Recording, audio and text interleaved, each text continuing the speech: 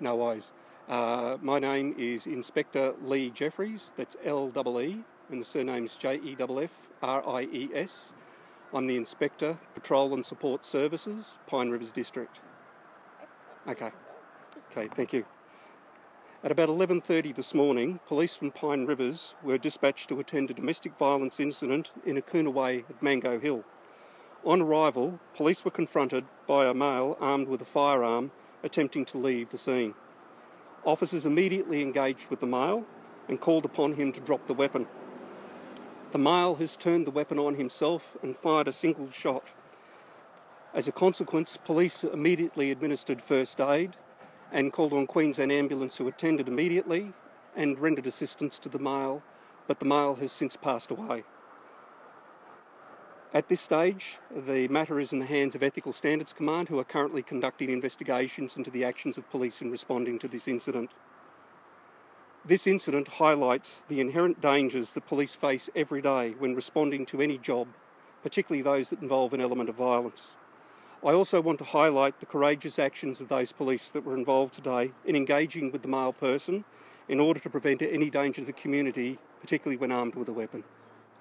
Any idea how long he was inside and who was inside the house? Like even just rough ages, children? I understand that there were 2 adult females and 2 children, one that was an infant at the time that was inside the house. Did he come outside the house with a child or a woman?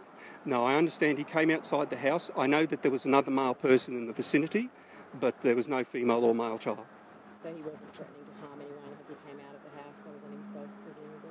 I understand from the police involved that there were no threats to any other person besides himself. Did police have their weapons drawn? Yes, I can confirm that when police actually engaged with him, when he had a weapon in his possession, they had their weapons drawn. What sort of weapon did he have? I understand that it was a modified rifle. Licence to do any idea? I mean, I know it's early days. At this stage I have no information about whether or not he has a licence for that firearm. How many police were here at the time? I understand that initially there was approximately about 8 police that initially responded to the incident. How are they? I mean, they just watched someone shoot themselves. The police, I've spoken to them individually, they're holding up well. At this stage they've returned to a nearby police station where they're going to meet with Ethical Standards Command. We've provided support for the police through senior officers attending and providing personal support to each of the officers, and also human services officers to engage with them with any issues that they may be suffering at this time. And did it happen inside the car? Like, did he get as far as the car, or was it in the... No, I'm told that it happened just outside the vehicle. Any idea how far away officers were at that time? Like, were they really close to him, or were they standing back? I understand it was within the close vicinity to the vehicle. So the vehicle was parked at the front of the house in question? That's correct. And the police officers were speaking to the gentleman while he was in the car, standing from a distance? I understand that as the male person's exited the house with the gun, the officers engaged with him and called upon him as he's moved towards the vehicle to drop the weapon. He hasn't dropped the weapon, and at that stage he's turned the gun on himself. Was he pointing the gun at police?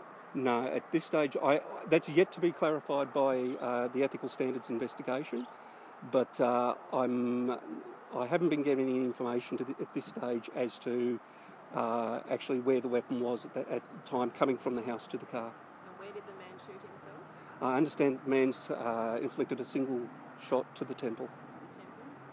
Was there a current DV order between the deceased and one of the people in that house? I don't know any information about any of the circumstances. And any idea if he was the father of any of those children? Or... At this stage, it's still subject to police inquiries. And sorry, did you say how long he was inside the house for? And who called trippers around? Was it neighbours that heard screaming? No, at this stage, that information's not known to me, and I'm not sure as to how long he was in the house before police arrived. I understand at this stage I'm informed that there was an 11-year-old child and an infant. Is there any indication that this started earlier this morning? No, I have no indication as to what time or necessarily what the catalyst was to the incident. Usually an 11-year-old child would be at school, so one could imagine that it started earlier than school started. And that information I have no idea on. Okay. I'm unable to assist with that. Anything else that you wanted to add? No. The officers, this is effectively a death in custody because police were here when it happened. Well, Ethical Standards Command will conduct an investigation and they'll give us direction as to how that's proceeding.